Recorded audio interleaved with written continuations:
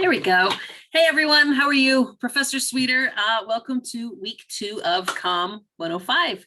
I have to apologize, I'm a little bit late getting this message out to you. I've been dealing with a sick kid all week, which meant that I had no childcare. And so I've been taking care of those responsibilities for a few days, but I'm here now with a quick update for you about what you can expect this week in communications. So let's get right to it and talk about we're doing this week. First of all, here you are at the main announcement page. You can see I'm in section O1 right now, but remember section O2, you have exactly the same information. So what I'm talking about now applies to you as well. I do want to remind you of the announcements. This first page here, all of this stuff is permanent. You'll see it the entire semester. If you need to go back and double check anything, you have that opportunity to. All right, what I'm going to do now is go into weekly units, and you can see, oops, did I click it? There we go. You can see week 1 was last week, and now we are working on week 2, which is the first chapter of our text. It's an interpersonal communications overview. While I'm here, before I go into that folder, I just want to point out to you, you've got this little icon here. That's the Cengage icon. Click here to access MindTap. And then at the bottom, should you need it again, the Cengage technical support. It's going to be important. I'm going to come back to it in a minute. Let's look at week 2. So this week in class, we are talking about just interpersonal communications as an overview. We're going to talk a little bit about what it is, what it means. We're talking about theories of communication. Why do we communicate? How do we communicate? And then there are several models of communication that we're looking at. So the top of the page here talks about learning outcomes and a summary of the unit activities.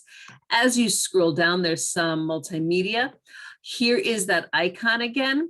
Read chapter 1, interpersonal communications overview. And what that icon means is when you click on this link, anything underlined is a link, it's going to bring you to MindTap. So you can remember anywhere you see that link is a MindTap activity. Below that, I've got a couple PowerPoints for you. And then a little bit lower is some more information. And you can see this week that we are focusing all on MindTap. So all of your assignments are in MindTap. Let's take a look at that right now. So I know your view of MindTap and my view is a little bit different. You are looking at my view right now.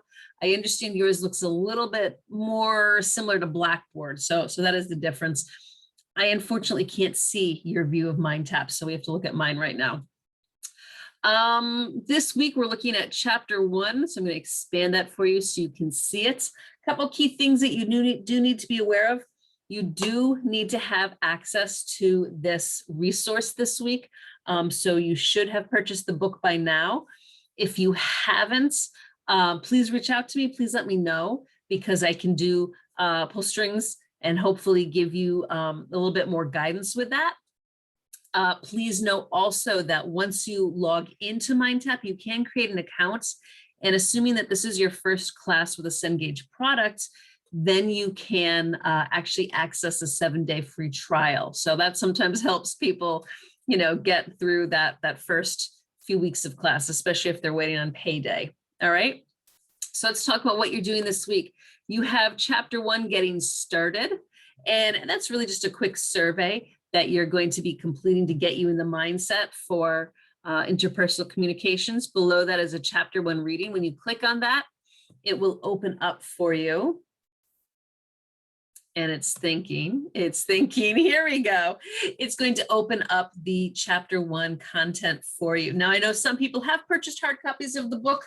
I know I've showed you mine. I keep in a big binder here right by my desk so I can look at it all the time. I'm showing it to you upside down. But if you are doing an electronic version of the book, this is how you would access it right here. Okay. You can also access it over on the side here. There's a little full book icon, but this is chapter 1. And I think I mentioned this before. I really like this because you can click and navigate throughout the chapter. So right now we're looking at those principles of interpersonal communication. Messages are omnipresent, and so forth. Let's go back out. You also have a video activity coming home from the holidays, and please expect that you'll be doing one of these every week for each chapter. When I open that up, what you're going to see is a short video vignette This week, we are looking at Lucy as she travels home for Thanksgiving break to see her family. And what you're going to do is watch this short video vignette and then answer some questions. And it's loading, it's loading. Here we go. Here's the video, coming home for the holidays. Pretty simple, you hit play. And I understand you're not going to be able to hear anything right now because I don't have it set up for you to hear it, but you can see Lucy talking. I'm going to fast forward to the end of the video because at the end of the video, come on, Lucy. Yep, there's Dad. Dad's upset because Lucy's using the cell phone again. At the end of the video, you have here the questions that go with the video. There are always going to be 3 questions, so make sure that you scroll down. There's 1, there's 2, there's 3. And these are assignments that I grade myself. And so I really am looking for you to go back to the textbook and looking for you to include specific vocabulary words and concepts that you read about in the textbook. Okay. All right. The next assignment here, flashcards are there to help you and to give you, a little bit of practice. And the next assignment there is the quiz. I'm going to go ahead and click on the quiz. And I do want to let you know that the quizzes are not something that I write myself. I've argued with MindTap for a couple of years now about this. I'd like to be able to edit them, and I just can't. With the quizzes, it says right here, this will be your first and final take of the assignment. That's something that I owe to you. I need to go back and fix that for you. With quizzes, I let you have 3 takes because I think they can be challenging, especially with some of the vocabulary. All right. So please be aware that you have 3 takes to do each quiz. I want you to get a 100. So I don't care if it takes you 3 quiz takes, if it takes you 17, I will reset them for you. So please feel free to take the quizzes over and over again until you get that 100. If you need more than those 3 that's defaulted to, then text me and I'll fix that for you. And then finally, I'm sure you noticed that I zipped over show, sketch, and share. Again, there's a few things that I need to hide. And this is an assignment that you're going to find in Blackboard, so you can disregard that in MindTap. In the future, if you do see any assignments that are duplicated in Blackboard and MindTap, you are going to be completing them in Blackboard. All right. One last thing that I want to talk about, because it's something that does come up and is very important. Blackboard and MindTap and Flipgrid are 3 separate computer programs. All right. And as a Goodwin student, you are definitely signed up for Blackboard, and that's really the default. That is where all of our grading is stored, and that is where your final grade for the course is stored, is in Blackboard. MindTap, however, it's a great program. It complements our textbook. And Flipgrid is something that I really enjoy using because it makes really getting to know each other in an online format easier. And it also helps you practice for that upcoming midterm speech, right? It gives you the opportunity to get used to talking to that little dot in your computer there. So they are separate programs. And what that means is the technology doesn't always integrate easily with each other. All right, here's what you're going to see.